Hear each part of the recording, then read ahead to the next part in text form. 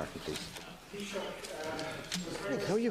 Presentation by the Secretary-General from the Department of Transport and our Climate Action Committee last week, when in looking at the transition of our transport system to a low-carbon system, effectively said we are technology takers.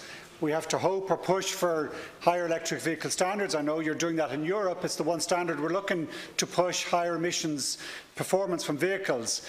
But that, in my mind, is not enough. If we're to remove fossil fuel combustion engine cars by 2030, we have to be proactive and we have to make that happen in a real way. What are the government plans to do that, other than waiting for the car companies to change? What mechanisms does the state seek to achieve to deliver on that objective? The National Policy Framework on Alternative Fuels Infrastructure for Transport in Ireland was published in May of last year. It set out the ambition that by 2030 all new cars and vans sold in Ireland will be zero emission capable. The National Development Plan published in February of this year raised this ambition such that no new zero emission cars can be sold in Ireland post 2030. Realising this ambition will require a range of policies and measures across government. These will need to include fiscal interventions to dissuade people from purchasing fossil fuel-powered cars and incentives to support the uptake of electric vehicles. To the work of the Low Emission Vehicle Task Force, which is co-chaired by my department and the Department of Transport, Tourism and Sport, the Government has expanded the range of supports available for electric vehicles.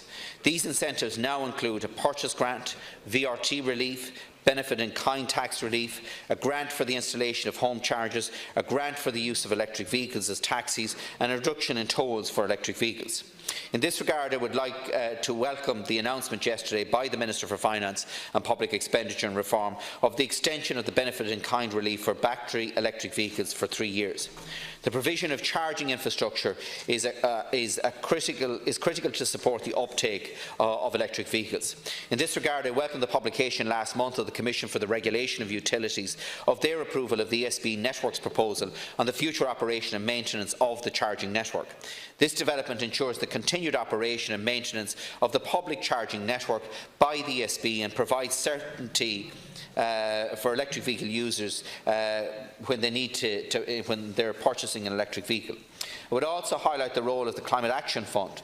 The first call for applications, which I launched in July, includes provision for supporting electric vehicle charging networks, along with a range of other project types. The deadline for applications is now closed, and I'm confirmed that almost 100 applications have been received. An assessment process for these applications is currently underway. It's also important that people are aware that the benefits of driving an electric vehicle. That is why in April of this year the Sustainable Energy Authority of Ireland launched an awareness campaign as part of its electric vehicle public engagement programme. A dedicated website, drivingelectric.ie, has been launched. Minister, DSB at the similar Climate Action Committee said last week what we need is the state to invest directly, not just through the Climate Fund. I think it was mentioned about 25 million on fast charging stations, which we could put in state parking, in state car parks, in schools, in Garda stations, and public offices. Why is it there was nothing in the budget yesterday in that regard? If we're serious about that scale of transition, we should have been allocating 25 million yesterday for state-funded public charging infrastructure. There was nothing there. People don't believe you when you say, oh, we're all ambitious, because you're doing effectively nothing. You're putting it out to the market, waiting for the car companies to do something. It's time for the state to do something. Why did you not get money yesterday for EV charging points from the state, rather than just relying on this climate fund to build them?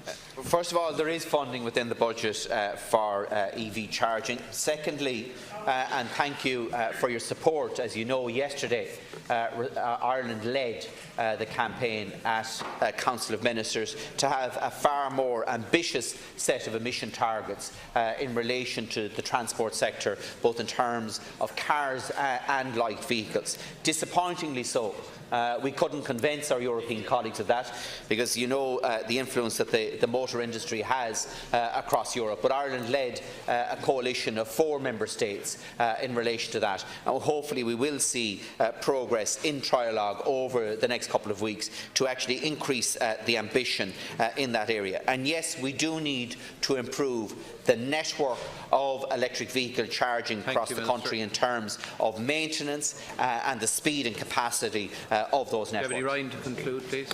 How much, Minister, you announced there that there is money in the budget for publicly funded charging points. Could you give details on that?